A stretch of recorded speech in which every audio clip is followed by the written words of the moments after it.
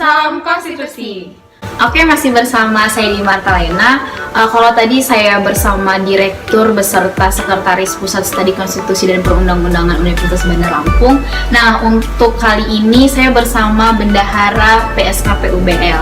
Tapi sebelum kita masuk pada bincang-bincang yang lebih lanjut lagi, ada baiknya untuk memperkenalkan diri dulu nih. Mungkin kepada Mbak yang di sebelah saya bisa memperkenalkan dirinya kepada rekan-rekan yang mungkin nanti akan menonton video kita. Terima kasih Dewi. Perkenalkan, nama saya Indah Sapriyana. Saya lulusan S1 Fakultas Hukum Universitas Bandar Lampung dan S2 saya di Universitas Pajajaran. Saya berkonsentrasi hukum tata negara.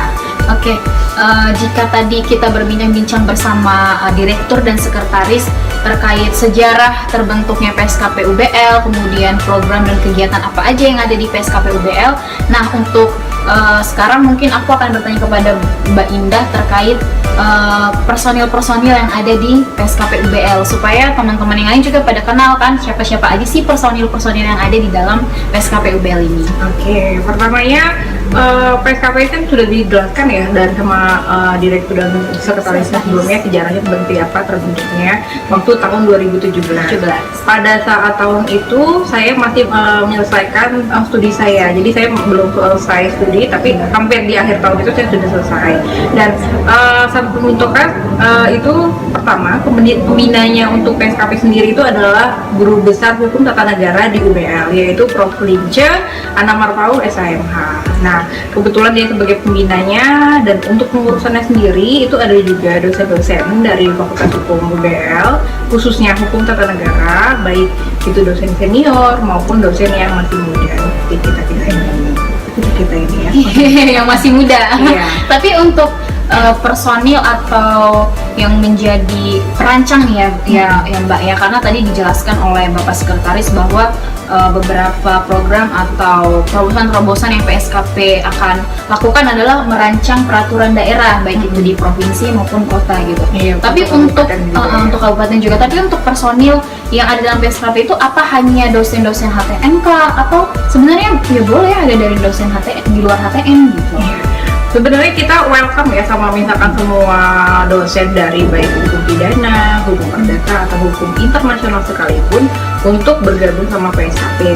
Oke nih Mbak, tapi kalau boleh kita rewind gitu, sebenarnya sebelum PSKP ini fokus pada sebagai legal drafter gitu, sebenarnya kegiatan-kegiatan yang telah dicapai atau terobosan-terobosan yang sudah PSKP lakukan selama dari tahun 2017 kemudian 2018 itu apa sih Mbak, supaya juga teman-teman yang tahu kan ternyata sebelum tahun 2019 aktif ada kegiatan-kegiatan lain nih sebagai pendukung sehingga PSKP bisa pada sampai saat ini.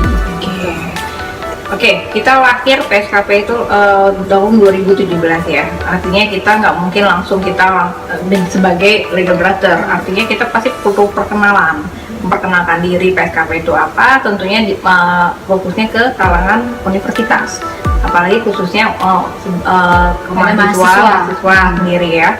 Nah, apa aja kegiatan biar menarik mahasiswa itu tahu PSKP itu apa. Pasti kita melakukan membuat acara seperti diskusi ilmiah atau misalkan seperti membuat perlombaan khususnya untuk yang di bidang konstitusi, misalkan sama perlombaannya konstitusi ya. Nah, dari misalkan perlombaan atau diskusi ilmiah tersebut tertarik nih mahasiswa ada PSKP ini, lalu misalkan mahasiswa itu kita didik, kita bina sebagai peneliti muda. Misalkan banyak juga ada beberapa mahasiswa yang magang di PSKP sendiri. Nah, nggak hanya itu, kita fokuskan juga mahasiswa itu misalkan untuk berkancah di luar, baik itu di luar kampus nasional, di provinsi maupun nasional. Contohnya nih, misalkan waktu 2017-18 itu banyak misalkan mahasiswa didikan di sini untuk berlomba baik di Mahkamah Konstitusi, baik di MPR atau misalkan di kampus-kampus lainnya untuk berdebat konstitusi di nasional.